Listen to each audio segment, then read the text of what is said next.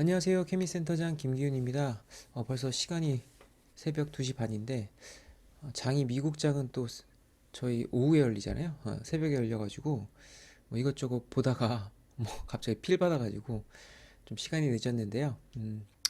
오늘 그러니까 어제죠. 어제 이제 9월 29일 날 장이 또 많이 하락했잖아요. 뭐 우리는 싸졌다고 표현을 하는데 그래서 회원분들 좀 불안하실 수도 있고, 뭐, 물론, 오래 하신 분들은 뭐 덤덤하게 잘 받아들이시겠지만, 시작하신 지 얼마 안 되신 회원분들도 계시고, 그리고, 뭐, 삼천선도 왔다 갔다 해서 마음이 싱숭생숭 하실 것 같아요. 그래서, 제가 사유한 것들 함께 공유하면 좋을 것 같아서 방송을 찍게 됐습니다.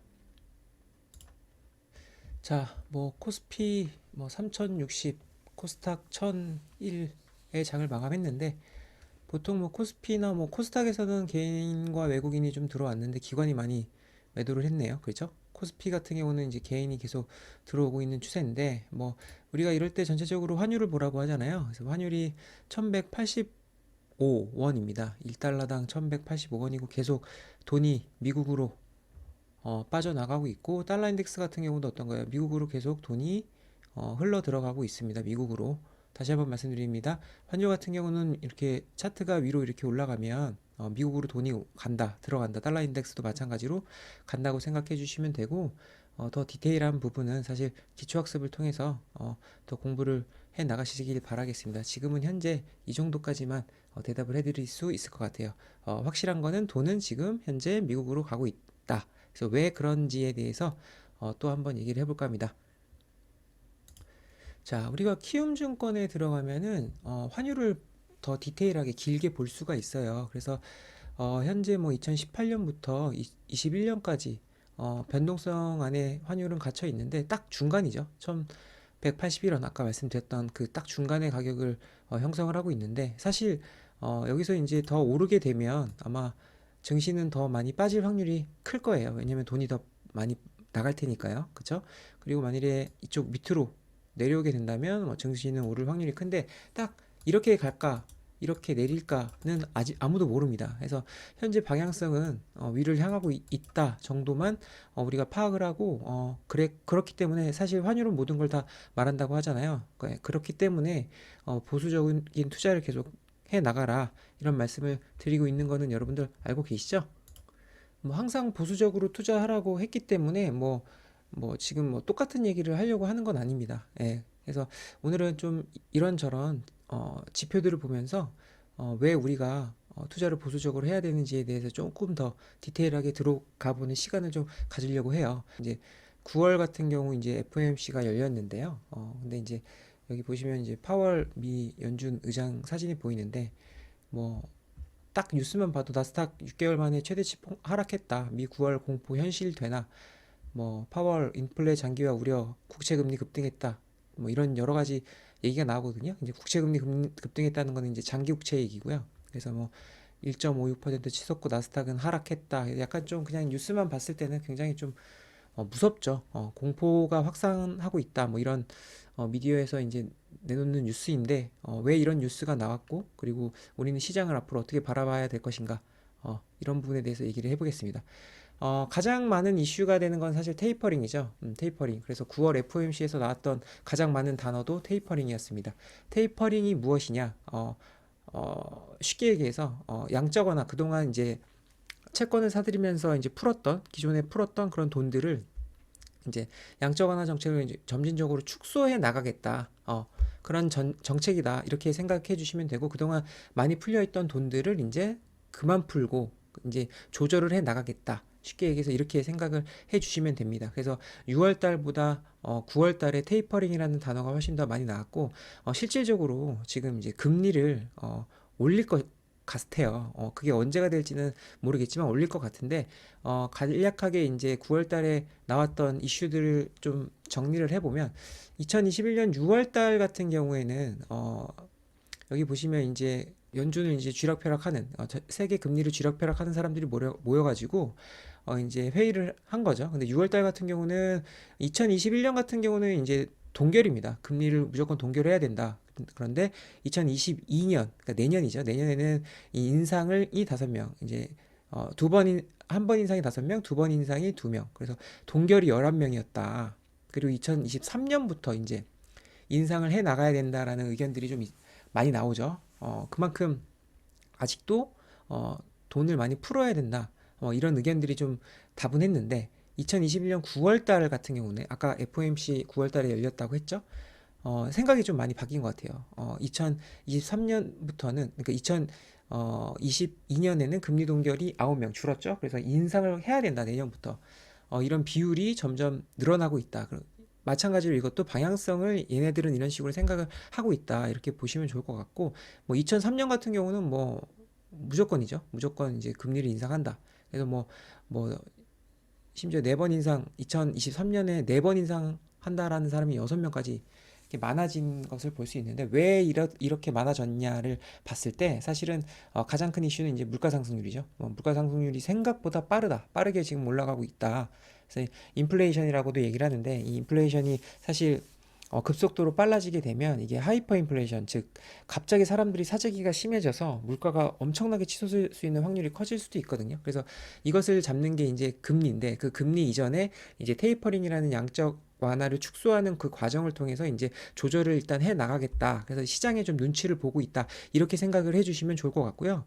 그렇다고 해서 뭐 미국 경제 성장률이 마냥 좋다라고도 보기는 굉장히 좀 힘들다. 그래서 6월 달보다는 지금 경제 전망치를 또 하향 조정했습니다. 이거는 뭐 여러분들도 다 아실 거예요. 코로나가 뭐 잡히네 해도 변이 바이러스가 나오는 이런 시점에서 경제 성장률마저도 사실 계속 전망치를 좋게만은 할 수 없다. 이런 게 지금 미 연준의 의견인 것 같습니다. 그래서 지금 아까 환율처럼 마찬가지, 환율과 비슷하게 어디로 흘러갈지 모르고 있다. 이렇게 좀 이해를 해주시면 좋을 것 같습니다. 자, 그런 와중에 여기 보시면 여기 옆에 왼쪽에 보이는 이 지수는 쉽게 얘기해서 이제 도매 중고차 지수이고요. 이게 처음 보는 지수일 수도 있는데, 그러니까 중고차 나온 그 도매 중고차의 지수가 상당히 높죠. 그러니까 이것을 보고 우리는 두 가지를 좀 해석을 할 수가 있는데요. 첫 번째는 그만큼 중고차에 대한 수요가 많이 일어나고 있다.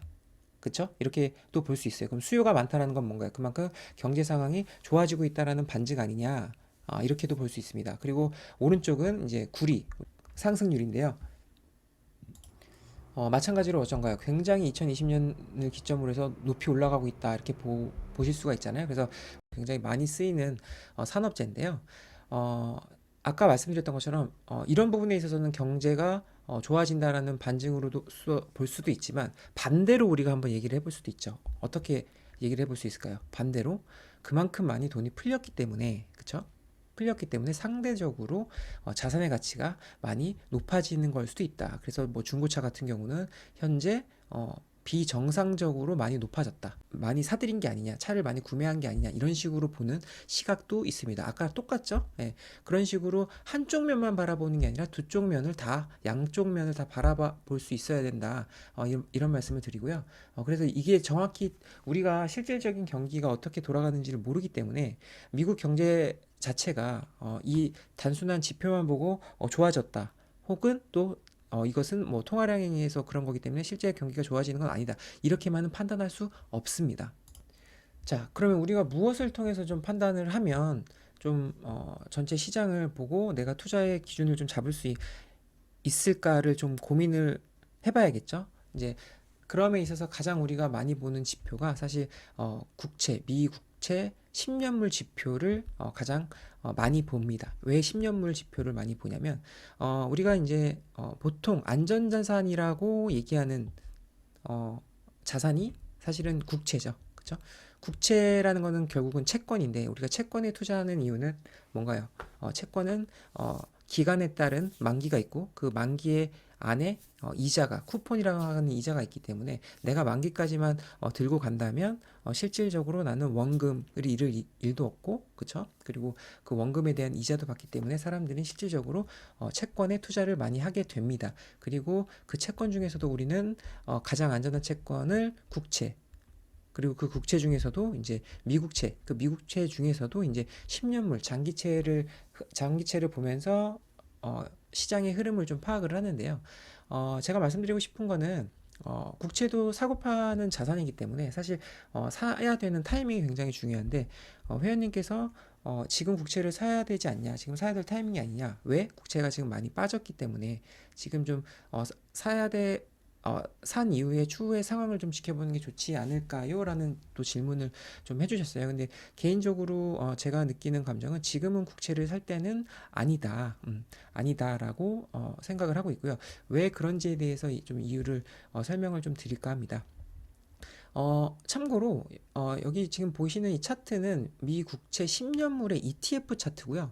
그리고 왼쪽에 있는 이 수익률이죠. 그러니까 국채 수익률이라고 하는데 정말 간단히 얘기하면 내가 10년물의 국채를 샀을 때 취득할 수 있는 수익률, 만기까지 보유했을 때의 수익률이다 이렇게 생각을 해주시면 굉장히 좋을 것 같습니다. 그래서 이 두 개는 사실 100% 맞다라고 볼 수는 없어요. 왜냐하면은 ETF 같은 경우는 LP라는 존재가 있고 이제 유동성은 관리하는 사람들이 있기 때문에 추종할 수 있는 펀드를 추종할 수 있게끔 지수를 추종할 수 있게끔 만든 하나의 지표일 뿐이지 100% 맞다라고는 할 수는 없습니다. 하지만 방향성을 봄에 있어서는 충분히 신빙성이 있는 자료이기 때문에 제가 이 두 개를 갖고 왔는데요.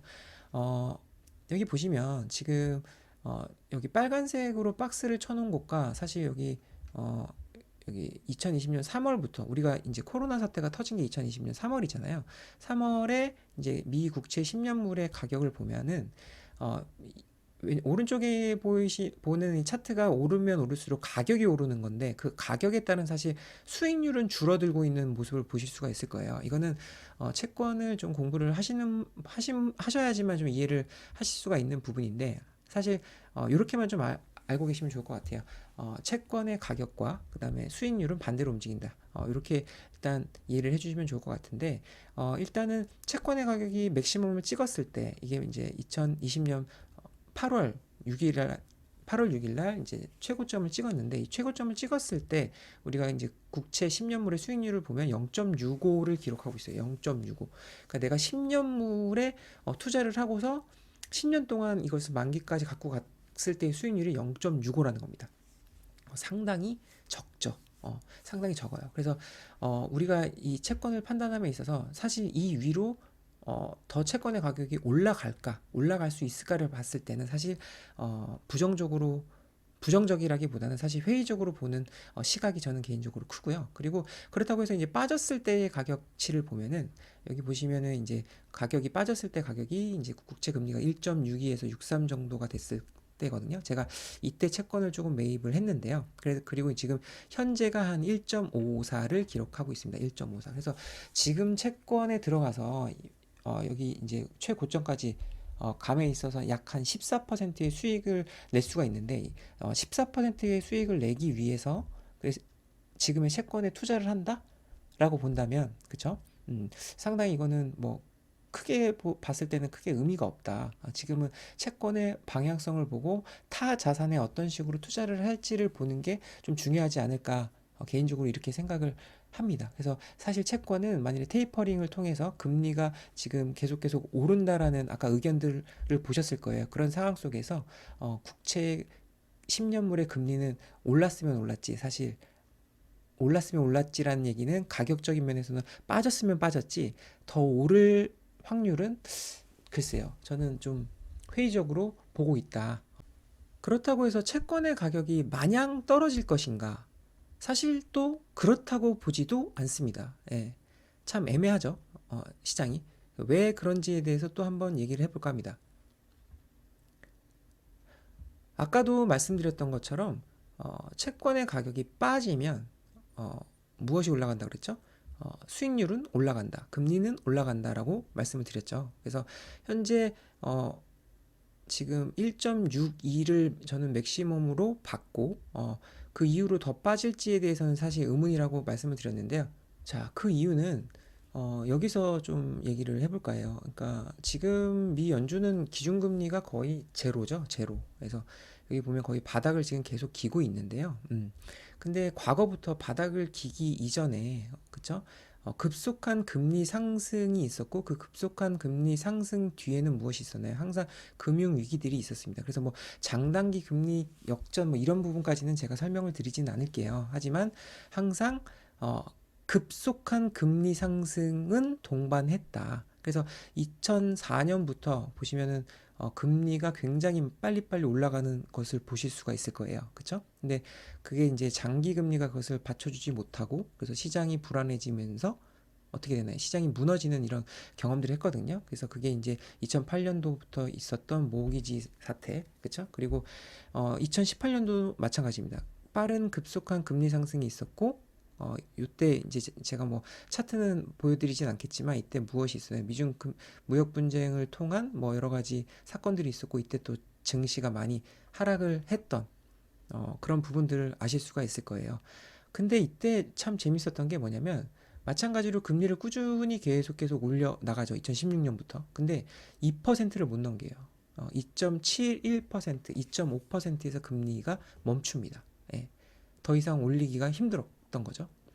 뭐 여기다가 또 뭐 코로나 사태든 뭐, 뭐 세상에 처음 보는 변수들이 막 터져 나가서 사실 제가 얘기하고 싶은 거는 뭐냐면 미 연준도 이것을 지금 어느 정도의 속도로 얼마만큼 금리를 올릴 것인가가 최대의 고민일 거예요. 그렇기 때문에 앞으로는 금리가 올라감에 있어서 시장을 우리가 어떻게 시장이 어떻게 움직이는지에 대한 반응을 봐가면서 사실 투자를 해야 돼요. 그렇기 때문에 현금 보유 비중을 항상 많이 갖고 있어야 된다라고 말씀을 항상 드리는 겁니다. 하지만 마냥 또 돈을 풀 수는 없는 게 미연준이거든요. 그래서 결국은 이것을 들어 올려야 됩니다. 들어 올려야 돼요. 이렇게 들어 올려야 되는데 그 시점을 아까 말씀드린 것처럼 2023년으로 보고 있는데 시장은 그 이전에 지금 막 벌써 움직이고 있는 거죠. 예, 그래서 그것을 좀 대처하기 위해서 한국은행도 지금 0.25% 금리를 올렸는데 왜냐면 이제 환율도 생각해야 되고, 그쵸? 뭐, 여러 가지 신용적인 부분도 생각을 해야 되기 때문에, 선제 대응을 좀 하지 않았나, 개인적으로 그렇게 생각을 하고 있습니다만, 그렇다고 해서 지금 뭐, 현금을 많이 보유해야 되는가, 모든 자산을 다 팔고, 현금을 갖고 있어야 되는가, 이런 시점은 아니다. 지금은 그런 시점은 아니다라는 말씀을 꼭 드립니다. 하지만, 현금은, 자기 수준에 맞게끔 항상 갖고 있어야 된다. 이렇게 말씀드리고 싶어요. 그러면 돈은 아까 말씀드렸던 것처럼 뭐 전 세계에서 돈은 빠져서 미국으로는 가고 있고, 그쵸? 근데 미국 뭐 장기 채권을 봤을 때 뭐 지금 뭔가 장기 채권의 가격도 빠지고 있는 걸 보면 미 연준이 금리를 올리는 거에 대한 선제 대응으로 가격이 빠지고 있다. 내지는 뭐 경기가 좋아서 어, 경기 상황을 좋다라고 판단했기 때문에 채권의 가격이 빠지고 있다. 여러 가지로 해석이 될 수가 있어요. 그렇죠? 그러면 여러 가지 그 해석 중에 그러면 결국은 지금 돈이 장기 채권에서 빠지고 있는데 이 빠지고 있는 돈이 도대체 어디로 들어가고 있는 것인가?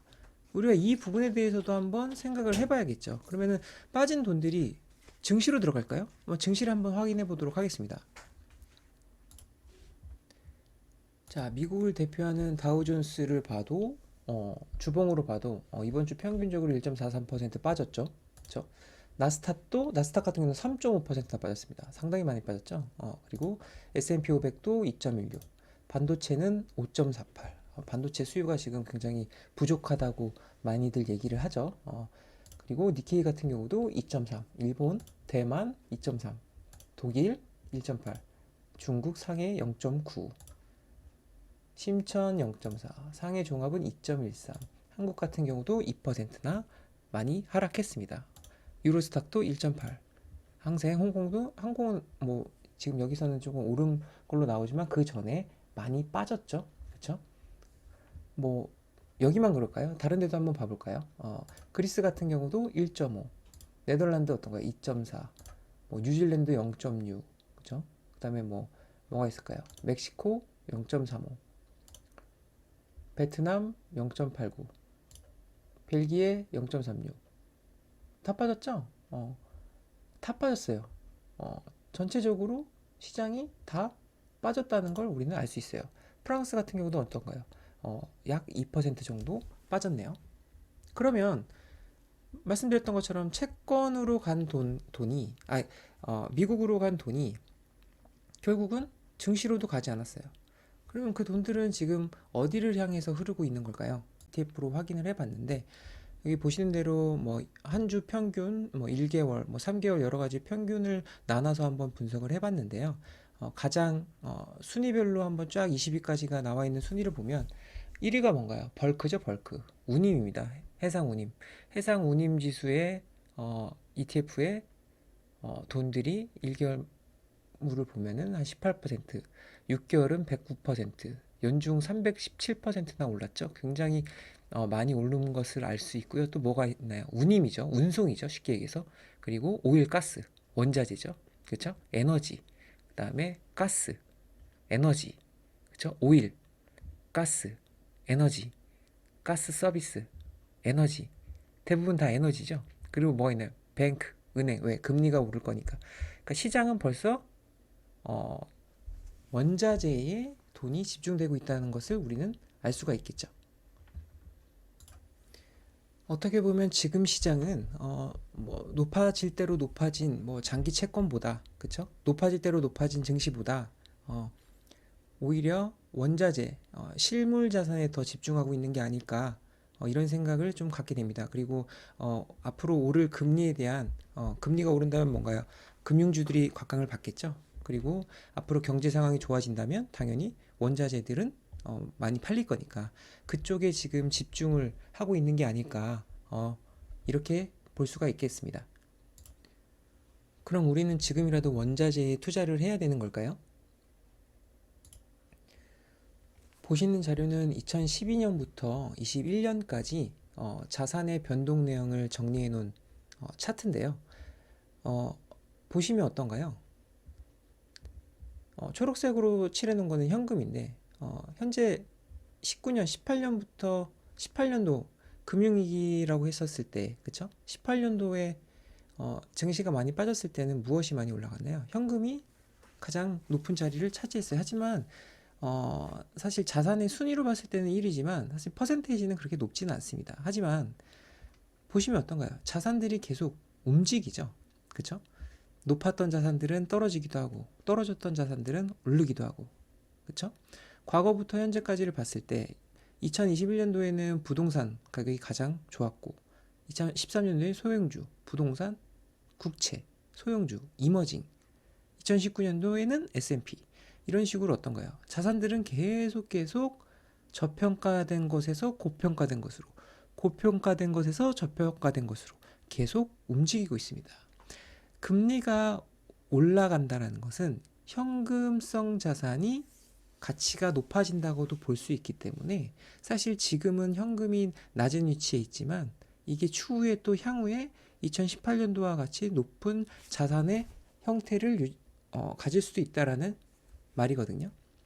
현재 벌써 높아질 대로 높아진 원자재에 투자하는 게 올바른 투자라고 우리가 할 수 있을까요? 국가도 한번 봐보도록 하겠습니다. 2012년부터 21년까지 상당히 많은 국가들이 오르락 내리락 하는데요. 한국 같은 경우는 2012년도에는 16위, 그쵸? 21%의 경제 성장률을 보였고, 2013년도에는 2%, 2014년도에는 마이너스 14%, 마이너스 10%, 플러스 7%. 무엇을 의미하는 걸까요?